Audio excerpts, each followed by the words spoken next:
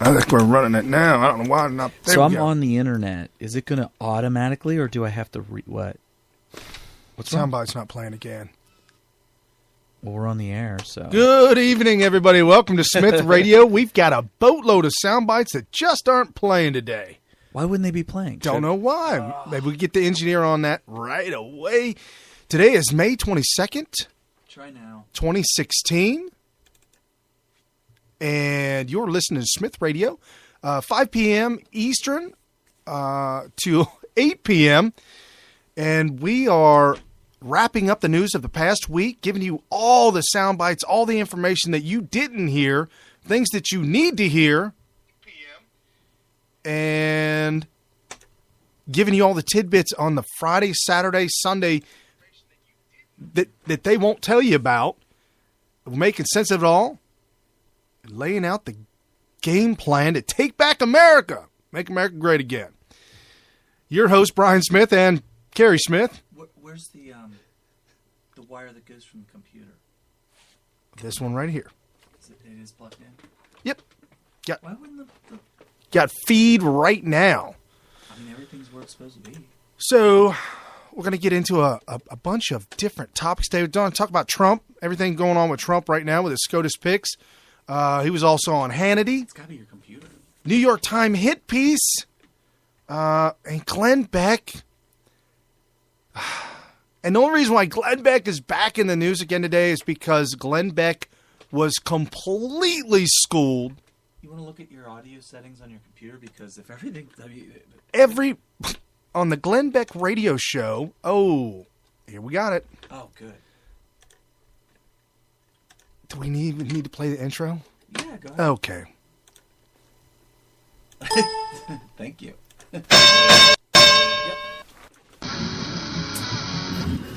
This is Smith Radio. On the fly! Smith World, Smith World. Excellent. Excellent. Come on, Mom! I want you Not now, I'm with my get up friends! now. I want all of you to get up out of your chairs.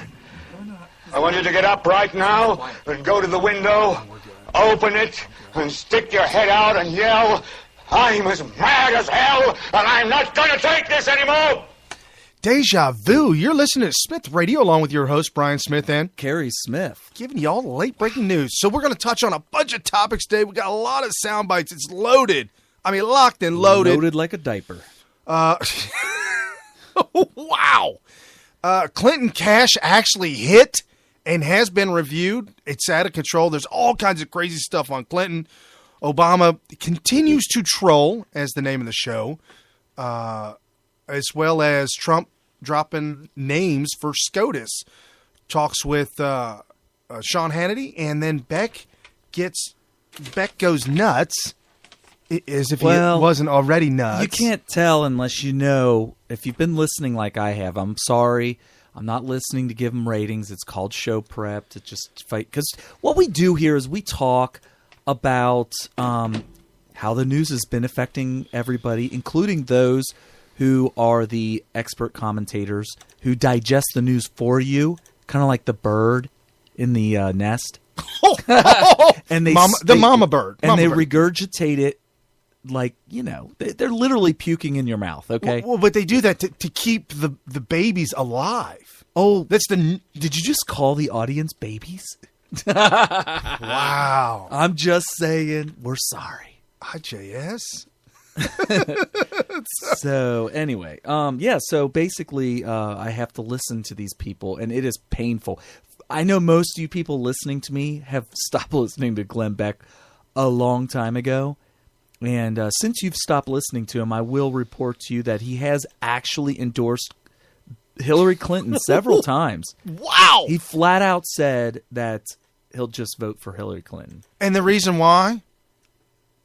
Is because he believes, and his group of people aren't necessarily the only ones that believe this, but he thinks that Donald Trump is so dangerous that we're better off with Hillary Clinton there because he says, in his words, we know what we got when she's in there. But Donald Trump's such a dangerous wild card that it's not worth risking We'd rather risk having a 7-2 deficit in the Supreme Court, which, of course, we know, based on our reporting of very key rulings of the Supreme Court, that we will definitely lose our Bill of Rights.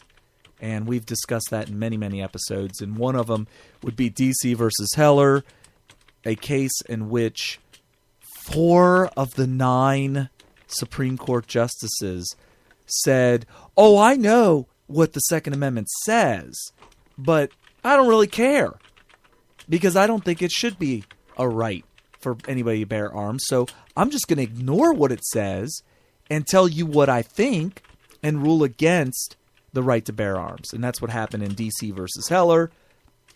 And that's how close we came to losing the Second Amendment. Now that we didn't lose it because we had a 5-4 advantage in the Supreme Court. And by we, I mean conservatives.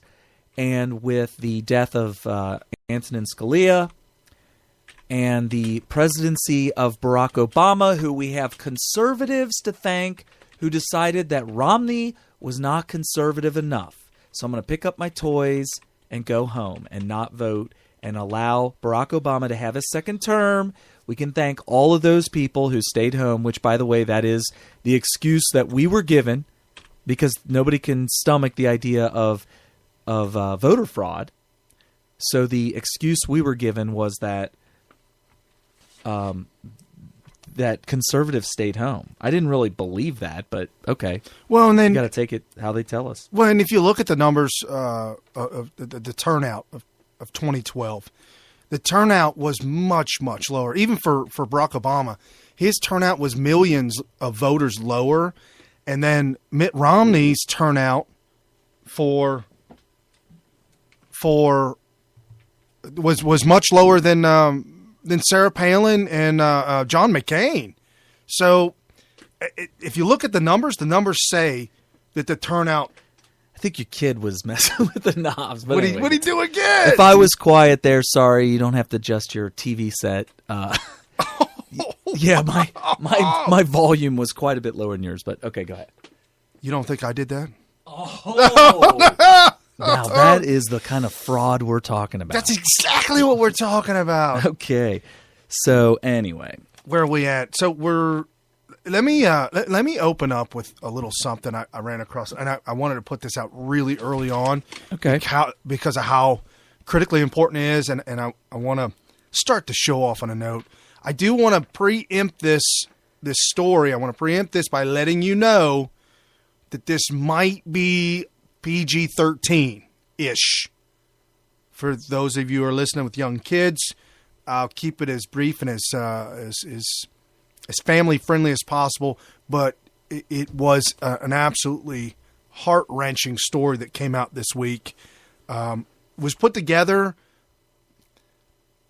in a video, and the video just had music in the background, real eerie music in the background, and had pictures. And these words, if you were, I guess, what's the word for a video with words? It's like a meme, but it's a video. So it had a lot of different words. Anyways. I don't know if there is a word to describe that. But you know what I'm saying? Video with just words. Typed on it and just pictures in the background. A slideshow. Yeah, it's like... Okay, folks. I thought way too hard into this. Yeah, slideshow. So it was a slideshow we posted on Smith Radio, which you can on Facebook.com/Smith Radio, which you can stay abreast on, and we'll remember that in 10 minutes. Okay, so here's how the story went. On this road in rural Arkansas, 2 men lured a 12-year-old girl into their car. It was May 10th, 1975. She was raped and beaten so violently that she spent days in a coma. Her injuries would mean that she would never bear children of her own. Charges with her rape was the man charged with her rape was a local paper mill worker named Thomas Alfred Taylor. He was 41 years old. Physical evidence was damning.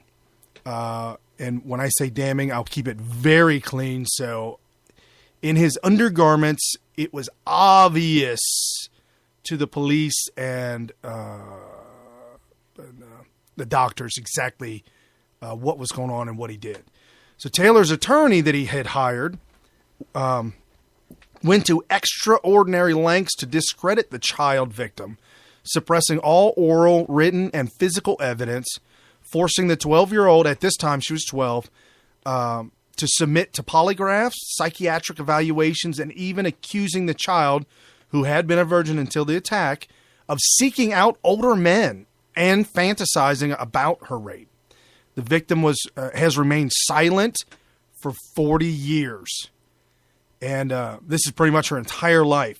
But recently she's come forward to tell her story of despair, drugs, and prison, how her life was destroyed by the lies that were told about her by the the attorney who was defending the rapist. And I believe he only did minimal time. The deepest insult came last year when an audio was released of this attorney laughing and joking about how she got a rapist, she got him off. And so this woman, now in her 50s, she wants to be heard, and she wants to send a message to this attorney that this attorney lied about her and that she took her through hell. This attorney, no other than Hillary Clinton. Yikes. If you are, and I know there's people in my immediate connections, whether it be friends or family, that may be entertaining the idea of Hillary Clinton as president, you need to check yourself. You really need to think about what's going through your mind. You know, it's very fascinating. By the way, this is new to me. This is something that Brian put together, and I'm seeing for the first time. I have the text, his prep in front of me, and I'm looking at it, and I'm reading along with him, silently, obviously, and I'm like, this is fascinating that this woman went on to not only just be perfectly, apparently, okay with her husband being the kind of sexual abuser that he ended up being, but then went on to destroy as many of these accusers as possible. And paying off one of them to the tune, was it $800? I think it was $800,000. Well, that's probably because because they realized that she realized, Hillary realized that she couldn't just destroy her and make it go away that way. Right. So she probably had to get in, dig down into the pockets to make this thing work, But no, that's fascinating because I wonder if, she was hired to do this against this 12-year-old girl. Correct. And she's got to do what she's got to do. And there's a lot of people that hate, especially defenders, public defenders, and I call them public pretenders. Pretenders, right? Or whatever, for fighting so hard, especially when they know deep down in their heart this guy's guilty of sin. Well, Johnny Cochran, but I don't even know if Johnny Cochran knew if O.J. was guilty or not. Didn't you hear about the latest interview? No! Did he admit it? No, who's the other defendant he had, or defender? The guy that's still alive. Not Johnny Cochran died. Yeah, Johnny Cochran died the other a while guy. ago. He came as close as you can possibly come to admit that he knew that he was guilty. Oh, was it Robert No. Was it Robert Kardashian? No. Robert Shapiro. Shapiro. Yeah, Shapiro. He was in an interview like this past week saying that, of course he was guilty. Oh, but that's my job. And I'm paraphrasing, and I have to paraphrase because he didn't actually say, oh, yes, he was guilty, but he might as well have said it. He said it. He went to the very edge of the legal cliff because if he goes over that cliff, he becomes disbarred. Oh, because OJ, there's no double jeopardy. Well, no, it's the client attorney-client privilege. Attorney-client privilege, where if he were to say, well, yeah, sure, but he was guilty. We knew that. Right. If he goes over that cliff, he then gets in trouble. And you're listening to Smith Radio.